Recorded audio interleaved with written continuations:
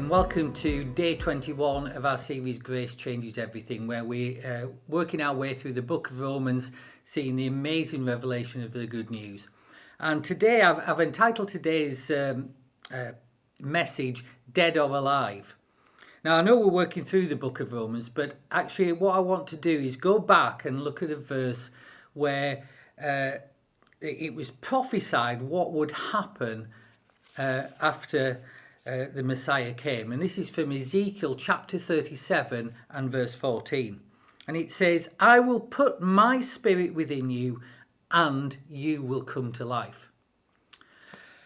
You know, we've talked a lot in previous days about how treating the symptoms actually only slows the process of death. And that if you are going to have life, then you need something much more radical, because you can't cure the problem by only treating the symptoms. And that's what the law did, and that's what all that performance-based try harder stuff attempts to convince you will work, but it just won't, because you need not to treat the symptoms, but you've got to get to the root of the problem.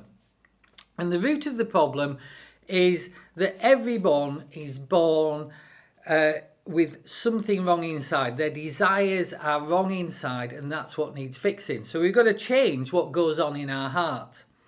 So, you know, how does that happen?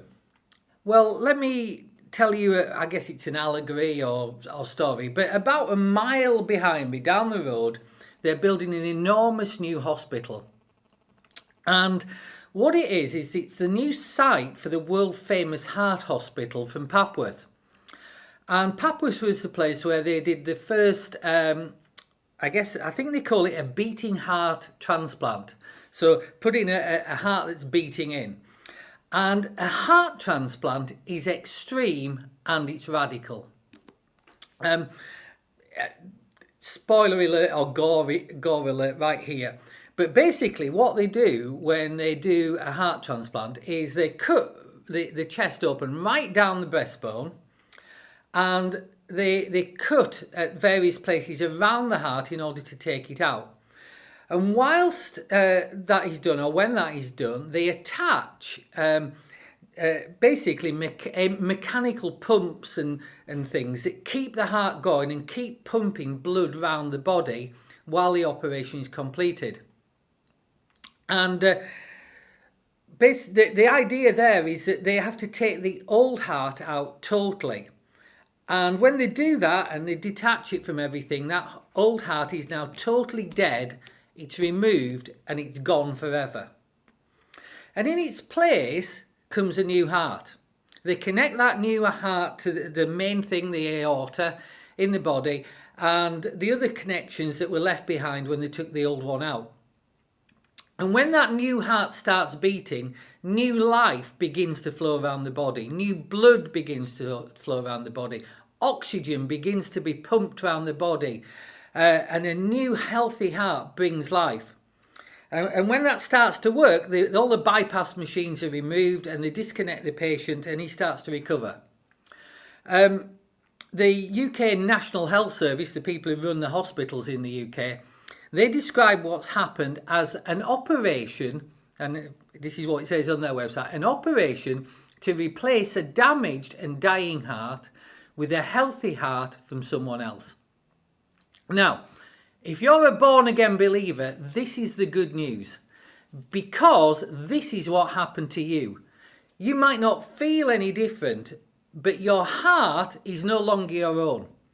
You gave your life away the moment you came to Christ.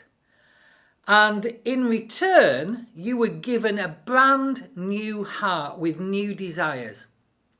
Because that was the only solution to the problem of sin. Jesus died to give you forgiveness of sins, but so you didn't just have to carry on like that, but you could actually walk free of sin and destructive life patterns. You were given a brand new heart to get to the root of the problem. And that brand new heart is wired very differently from your old one. You've got a new nature. The Bible calls it the new man, and that healthy heart carries inbuilt desires of love, compassion, kindness, goodness, faithfulness, gentleness, because that heart came from a healthy donor.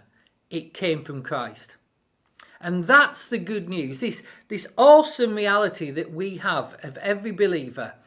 Your heart is not your own. It's a new heart, vibrant, flowing with life, full of goodness, full of faith, full of joy, full of love. And you, for the first time in your life, became really alive. And that is good news. Let me pray. Father, I thank you that you didn't just forgive me of sin, but your Son also rose again to new life so that I too might have new life and be changed from the inside out with a new flow of life and new desires. Amen.